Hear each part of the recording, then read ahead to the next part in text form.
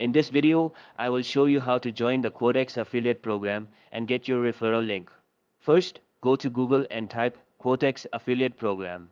Then click on the official affiliate program link, which usually appears as the third option. Now, create an account by entering your email, setting a password, agreeing to the terms and conditions, and signing up. Since I already have an account, I'll just sign in. Once inside, go to the links section.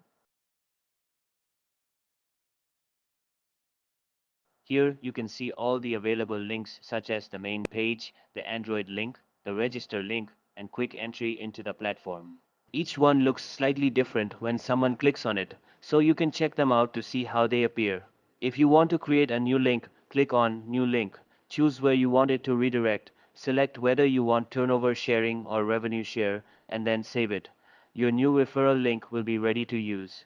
Under the Statistics section, you can also track how your links are performing, including clicks, conversions, and traffic by country.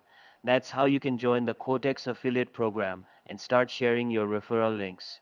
If you found this video helpful, don't forget to subscribe to How to Tutor.